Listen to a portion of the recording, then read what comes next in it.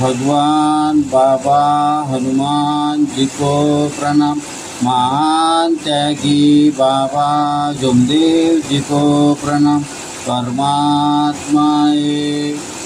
भगवान बाबा हनुमानजी, मी जीवनात केलेली सर्व पूजा व जुने विचार बंद केले। मी मरीन किंवा जगीन, जीवनात एकच भगवंत बाबा हनुमानजीला मानले। मी माझ्या कर्मांनी चुकलो, याची मला क्षमा द्या। बाबांच्या आदेश, सत्य, मर्यादा, प्रेम, 4 तत्व, 3 शब्द, 5 नियम जीवनात पाळीन, असे मी सत्यवचन देतो। याला जीवनात कधीही विसरणार नाही। भगवान बाबा हनुमान जी की जय। महान त्यागी बाबा जोमदेव जी की जय। परमात्मा एक। मी मार्गात येण्याच्या आधी माझ्या भावाच्या मरण पावला। माझ्या भावाच्या मागे वैद्यवाणी चालू होती। मी त्या वैद्याकडे धावत गेलो, खूप पैसा लावला आणि त्या वैद्यवाणीमुळे माझा भाऊ मरण पावला। आणि त्याच्यानंतर एका वर्षाने माझ्या बहिणीचं ऑपरेशन झाला। तिथे पण मी 50,000 रुपये खर्च केले, याला त्याला मागून सण्यानी। तिच्याही मागे वैद्यवाणीच होती। आणि मग मला भरपूर लोक म्हणत होते, तू मार्गात ये, पण मला विश्वास नव्हता। आणि जेव्हा ते माझी बहीण राहते, त्यांच्या घरी मार्ग आहे, मी त्यांच्या घरी गेलो होतो आणि तिथे पण मला दुःख असेच सतवत होते। आमच्या घरी सर्वांनाच ते दुःख आले होते, आईला वगैरे, मला पण आले होते। तर मी तिथे बाबा जोमदेवजीला मी तिथे हात जोडले। बाबा म्हटलं, माझं दुःख अगर दूर झालं म्हटलं तर मी 2 महिन्यामध्ये तुमच्या मार्गात येईन म्हटलं। आणि मग मला तिथे सेकंडमध्येच फायदा झाला।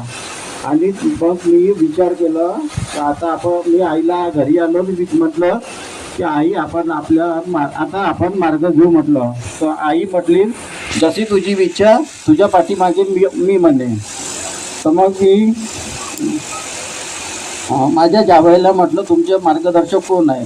तर त्यांनी सांगितलं का मानापुरे काकाजी आहेत। तर मी म्हटलं, मला पण त्यांच्याकडे जायचं आहे। तर मी त्या काकाजीकडे गेलो आणि काकाजी म्हटलं, मला मार्गात यायचं आहे म्हटलं। तर त्यांनी विचारलं, मार्गात येण्याचं कारण सांगा म्हणे। मी त्यांना म्हटलं, काकाजी म्हटलं, वैद्यवाणी चालू होती म्हटलं, माझा भाऊ मरण पावला म्हटलं, माझी बहीण पण मरण पावली म्हटलं। आणि मी म्हटलं बाबांना हात जोडलं म्हटलं, तर मला तिथे फायदा झाला म्हटलं। तर काकाजींनी मला विचारलं, काही वाईट व्यसन आहे का म्हणे। मी म्हटलं, काकाजी म्हटलं, खऱ्याच्या अतिरिक्त मला कोणताच व्यसन नाही म्हटलं। तर त्या काकाजींनी म्हटलं बापू म्हणे, तू माझ्या पहिला सेवक दिसून राहिला माहिती का, इथे माझ्याकडे निर्व्यसनी माणूस आलाय म्हणून। आणि तिथपासून जेव्हा मी मार्ग घेतला तेव्हापासून आजपर्यंत मी सुखी आणि समाधानी आहे। आणि मी बाबाला योग मागत माझ्या भावाच्या जसं हे झालं म्हटलं, तसं त्यांच्या पण घरी असं झालं पाहिजे बाबा म्हटलं। तर त्यांच्याही घरी तसंच झालं। माझ्या बहिणीला 50,000 रुपये लागले, ज्याची वैद्यवाणी होती। त्यांच्या पण मुलांच्या असंच झालं, त्यांचा मुलगा चोरीच्या ह्याच्यामध्ये सापडला, तर त्याला पण 50-60 हजार रुपयाचा खर्च आला होता। आणि मग मला कळलं की आपण आता इथून समाधानी झालो। मग माझ्या लग्न झाला।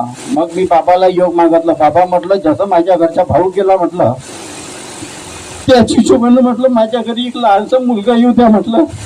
बाबांनी माझ्या घरी एक लहानसा मुलगा दिला माझ्या भावाच्या रूपामध्ये। आणि मग लगेच माझा मुलगा आला। आणि मग लगेच बाबांनी अजून मला एक जन्माला मुलगी दिली छोटीशी।